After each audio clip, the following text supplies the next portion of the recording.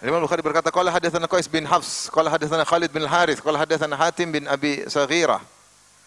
An Abdullah bin Abi Mulaika qala haddatsani Al-Qasim bin Muhammad bin Abi Bakar anna Aisyah radhiyallahu anha qalat. Bahwasanya Aisyah radhiyallahu anha berkata, qala Rasulullah sallallahu alaihi wasallam, Rasulullah SAW bersabda, tuhsyaruna hufatan uratan gurlan.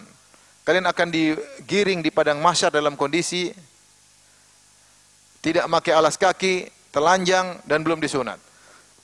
Aisyah berkata, qalat Aisyah, faqultu ya Rasulullah, ar-rijal wan nisa yanzuru ba'dhum ila ba'd. Ya Rasul, laki-laki perempuan telanjang-telanjang, kemudian apakah mereka tidak saling melihat di antara mereka? Kan haram lihat apa? Aurat. Jadi Aisyah mikir syariat. Gimana nanti kalau hari kiamat? Kan orang telanjang, kan kita enggak boleh ngelihat aurat orang. Maka Nabi berkata, al-amru asyaddu min an yuhimmahum dzalik. Perkara lebih dahsyat sampai mereka tidak sempat mikirin seperti itu. Enggak ada. Sangat dahsyat. Ini sudah saya pernah sampaikan, para sahabat ketika disebutkan tentang hari kiamat, mereka yang pikir bagaimana menjalankan syariat. Ketika Rasulullah menyebutkan Dajjal akan ada di atas muka bumi arba'ina yauman, 40 hari. Ma min baladin illa sayata'ud Dajjal. Tidak ada satu negeri pun kecuali Dajjal pasti akan datang.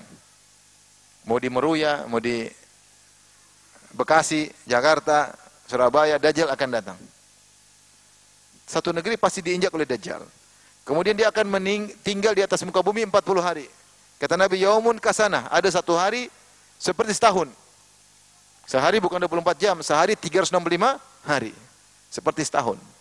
Jadi siangnya berarti berapa? 183 hari. Malamnya 183 hari. Benar enggak? 365, 366. Bayangkan. Siangnya 180 hari, malamnya 180 hari. Kemudian yaumun kasyahrin, ada satu hari yang seperti 30 hari. Siangnya 15 hari, malamnya 15 hari. Itu 15 kali 24 jam. Terus malamnya 15 kali 24 jam. Kemudian yauman ka jum'ah, ada satu hari seperti satu pekan.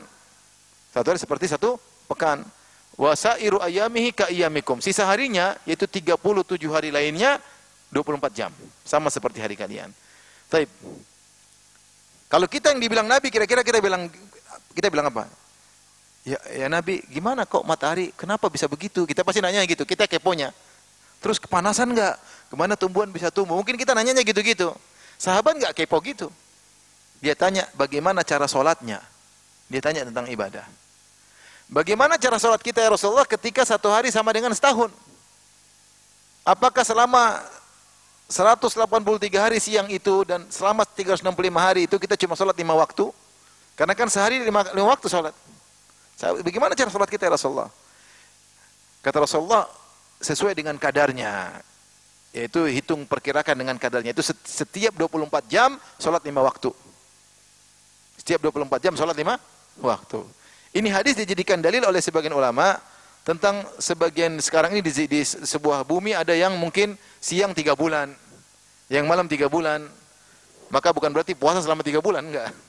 Tapi setiap 24 jam dianggap ada siang dan malam. Maka buka puasanya mengikuti negara yang sebelah, negara yang sekitarnya, seperti itu. Itu fatwa para ulama. Dan ternyata di akhir zaman ada satu hari seperti satu tahun. Maksud saya, yang dipikirkan para sahabat ketika ditanya, mereka tidak kepo dengan macam-macam. Mereka tidak bilang, kok bisa Dajjal hidup selama itu? Kok Dajjal bisa jalan kemana-mana, kok bisa? Kalau kita kan gitu, mungkin kalau Ustadz Dajjal naik apa Ustadz? Mungkin kita nanya gitu kan. Kok bisa 40 hari muter keliling dunia? Naik apa Ustadz? Apa naik pesawatnya UFO apa gimana? Tapi sahabat nggak nanya gitu. Yang dia nanya bagaimana cara ibadahnya, paham? Menunjukkan pikiran mereka selalu apa?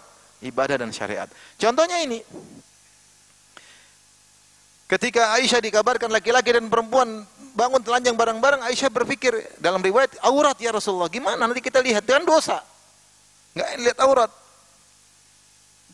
Yang dia pikir, gimana aurat nanti kita melanggar. Itu yang dipikirkan oleh Aisyah radhiyallahu anha.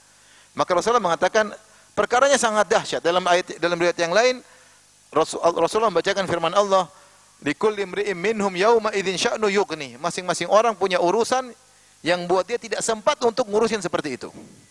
Kemudian saya pernah dengar ceramah Syekh Utsaimin mengatakan telah terjadi di dunia yang semisal itu. Kemudian beliau cerita tentang kejadian terowongan Mina. Ketika terjadi orang Mina, sebagian orang bajunya terlepas. Saya nggak tahu apakah baju atau ihram, pokoknya terlepas. Orang telanjang ketika itu.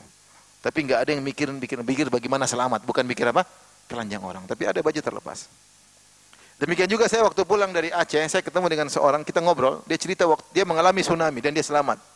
Dia bilang air hampir hantam saya sampai saya terikat di sebuah pohon, baju semua lepas saking apa?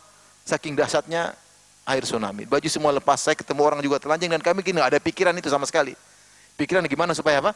Selamat. Dan itu terjadi di bumi. Bagaimana dengan lagi dahsyatnya hari kiamat. Seorang mikirkan tentang maksiat yang dia lakukan, bagaimana pertanggungjawaban, bagaimana orang akan nuntut. Dia ingat semua. Yauma yatadzakkarul insanu ma sa'a. Manusia akan ingat seluruh yang dia pikirkan, yang pernah terjadi dia ingat. Semua filenya Allah bukakan.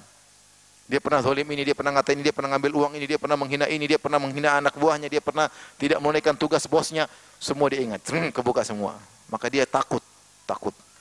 Sehingga meskipun depan dia ada orang telanjang, dia nggak mikir ke sana. Maka Rasulullah mengatakan, al-amru asyaddu min an yuhimmahum dzalik. Perkara lebih dahsyat sehingga mereka tidak sempat mikirin seperti itu. Itulah kondisi hari kiamat.